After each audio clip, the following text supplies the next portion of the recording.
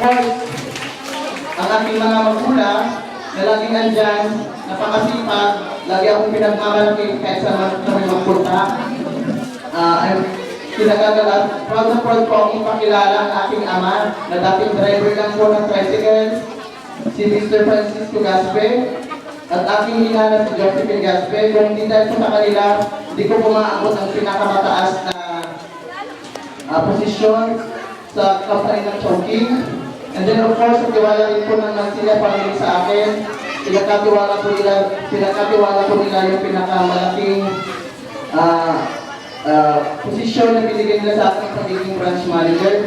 Kung hindi dahil po sa kanila, wala po akong dito sa kanila.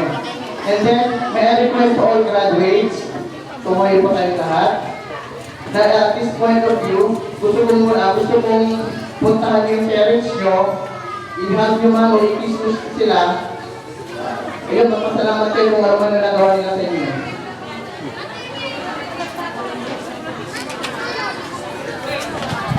Sa lahat ng graduates, puntahan yung parents nyo, i-kiss man o i-hug nyo sila, sabihin, thank you.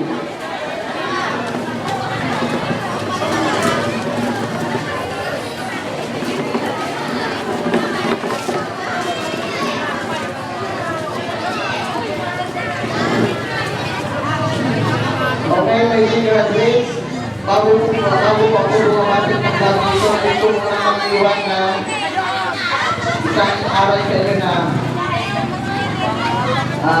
after ng elementary life, nung pang-display kayo, siya atin yung display.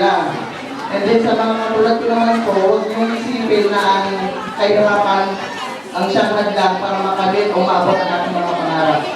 And then I would like to congratulate, of course, ang mga honor students, especially for honor sa second honor. And then kayo pong lahat, naman po, mabuhay kayo past 2014.